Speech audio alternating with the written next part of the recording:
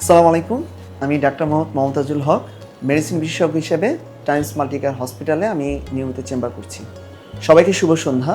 আপনাদের সাথে আজকে বর্তমানে হামের পরিস্থিতি এবং কিভাবে আমরা হামকে মোকাবেলা করতে পারি এটা নিয়ে কিছু কথা বলবো। হাম যেটা বিগত 50 বছরের অধিক সময় ধরে আমাদের বাংলাদেশে রয়েছে, আমরা হামের জন্য টিকা দিয়ে থাকি। বর্তমানে হামের যে প্রাদুর্ভাব চলছে সেটা বাচ্চাদেরকে বেশি ক্ষতিগ্রস্ত করছে, তবে বয়সে বড় যারা তাদেরকেও হাম আক্রান্ত করছে।